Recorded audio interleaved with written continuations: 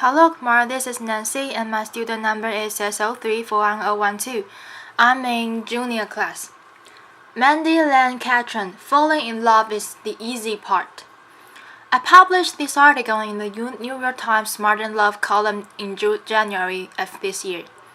To fall in love with anyone, do this. And the article is about a psychological study designed to create romantic love in the laboratory. And my own experience trying the study myself one night last summer. So the procedure is fairly simple.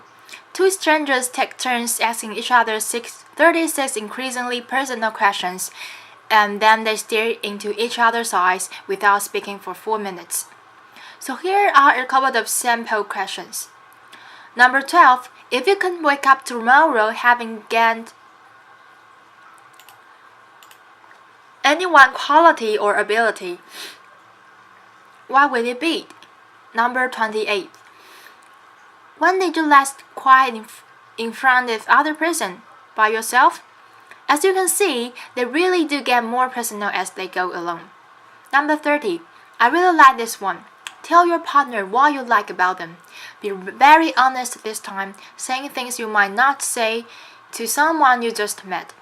So when I first came across this study a few years earlier, one detail really stuck out at me, and that was the rumor that two of the participants had gotten married 6 months later, and then invited the entire lab to the ceremony.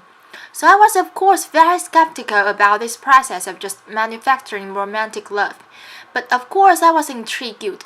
And when I got on the chance to try this study myself with someone I knew but not particularly well, I wasn't expecting to fall in love, but then we did, and laughter. And I thought it made a good story, so I sent it to the Modern Love column a few months later. Now, this was published in January, and now it is August. So I'm guessing that some of you are probably wondering, are we still together? And the reason I think you might be wondering this is because I have been asked this question again and again and again for the past 7 months. And this question is really what I want to talk about today. But let's come back to it, laughter. So the week before the article came out, I was very nervous. I had been working on a book about love stories for the past few years, so I had gotten used to writing about my own experiences with romantic love on my blog. But the blog post might get a couple hundred views at the most, and those were usually just my Facebook friends, and I figured my article in the New York Times would probably get a few thousand views. And that felt like a lot of attention on a relatively new relationship, but as it turned out, I had no idea. So the article was published online on a Friday evening, and by Saturday, this had happened to the traffic on my blog. And by Sunday, both the Today Show and Good Morning America had called. Within a month, the article would receive over 8 million views, and I was, to say the least, underprepared for this sort of attention. It's one thing to work up the confidence to write honestly about your experiences with love, but it is another thing to discover that your love life has made international news. Laughter. And to realize that people across the world are genuinely invested in the status of your new relationship. Laughter. And when people call or email, which they did every day for weeks, they always ask the same question first. Are you guys still together? In fact, as I was preparing this talk, I did a quick search on my email inbox for the phrase, "Are you still together?" and several messages popped up immediately. They were from students and journalists and friendly strangers like this one. I did radio interviews and they asked. I even got the talk, and one woman shouted up to the stage, "Hey Mandy, where's your boyfriend?" and I promptly turned bright red. I understand that this is part of the deal.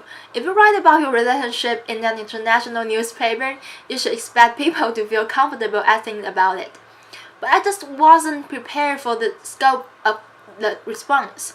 The 36 questions seem to have taken on a life of their own. In fact, the New York Times published a follow-up article for Valentine's Day, which features the readers' experiences of trying the study themselves with varying degrees of success. So my first impulse in the face of all this attention was to become very protective of my own relationship. I stayed not to every request for the two of us to do a media appearance together. I turned down in TV interviews and I said no to every request for photos of the two of us. I think I was afraid that we would become inadvertent icons for the process of falling in love, a position I did not at all feel qualified for. And I get it. People didn't just want to know if the study worked. They wanted to know if it really worked. That is, if it was capable of producing love that would last, not just the feeling, but real love, sustainable love. But this was a question I didn't feel capable of answering. My own relationship was only a few months old, and I feel like people were asking the wrong question in the first place. What would knowing whether or not we were still together really tell them? If the answer was no, would it make the experience of doing these 36 questions any less worthwhile? Dr. Arthur Aaron first wrote about this question in this study here in 1997. And here, the researchers' goal was not to produce romantic love. Instead, they wanted to foster interpersonal closeness among college students by using what Aaron called sustained, escalating, reciprocal, personalistic self-disclosure. Sounds romantic, doesn't it? But the study did work. The participants did feel closer after doing it, and several subsequent studies have also used Aaron's fast friends protocol as a way to quickly create trust and intimacy between strangers. They've used it between members of the police and members of community, and they've used it between people of opposing political ideologies. The original version of the story, the one that I tried last summer, that pairs the personal questions with 4 minutes of eye contact, was referenced in this article. But unfortunately, it was never published. So a few months ago, I was giving a talk at a small liberal arts college, and the students came up to me afterwards, and he said, kind of shyly, "So I tried your study, and it didn't work." He seemed a little missatisfied by this. "You mean you didn't fall in love with the person you did it with?" I asked. "Well," he posed, "I think she just wants to be friends." "But did you become better friends?" I asked. "Did you feel like you got to really know each other after doing the study?" He nodded. "So then it worked," I said. "I don't think that is the answer he was looking for. In fact, I don't think this is the answer that any of us are looking for when it comes to love." I first came across this study when I was 29 and I was going through a really difficult breakup. I had been in a relationship since I was 20, which was basically my entire adult life, and he was my first real love, and I had no idea how or if I could make a life without him. So I turned to science. I researched everything I could find about the science of romantic love, and I think I was hoping that it might somehow inoculate me from heart attack. I don't know if I realized this at the time. I thought I was just doing research for this book I was writing, but it seems really obvious in retrospect. I hope that if I arm myself with the knowledge of romantic love, I might never have to feel as terrible and lonely as I did then. And all this knowledge has been useful in some ways. I'm more patient with love. I'm more relaxed. I'm more confident about asking for what I want, but I can also see myself more clearly, and I can see that what I want is sometimes more than can reasonably be asked for. What I want from love is guarantee, not just that I am loved today and that I will be loved tomorrow, but that I will continue to be loved by the person I love indefinitely. Maybe it's this possibility of a guarantee that people were really asking about when they wanted to know if they were still together. So the story that the media told about the 36 questions was that there might be the shortcut of falling in love. There might be a way to somehow mitigate some of the risk involved. And this is a very appealing story because falling in love feels amazing, but it's also terrifying. The moment you admit to loving someone, you admit to have a lot to lose, and it's true that these questions to provide a mechanism for getting to know someone quickly, which is also the mechanism for being known. And I think this is the thing that most of us really want from love: to be known, to be seen, to be understood. But I think when it comes to love, we are too willing to accept the short version of the story. The version of the story that asks, "Are you still together?"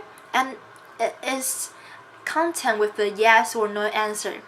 So rather than that question, I would propose we ask some more difficult questions. Questions like, how do you decide who deserves your love and who does not?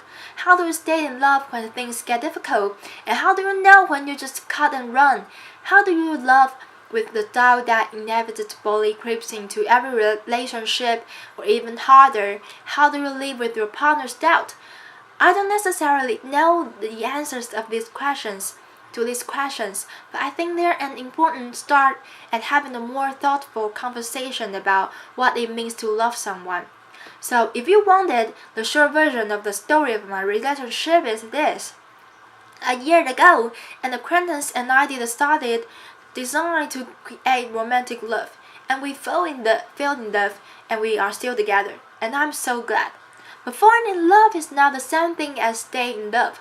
Falling in love is the easy part. So at the end of my article, I wrote, "Love didn't happen to us. We're in love because we each made the choice to be."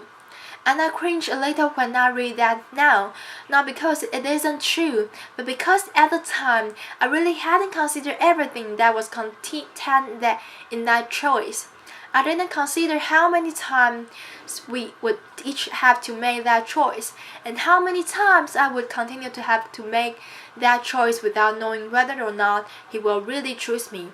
I wanted to be enough to be asked and answered 36 questions, and to have chosen to love someone too generous and kind and fun, and have broadcast that choice in the biggest newspaper in America.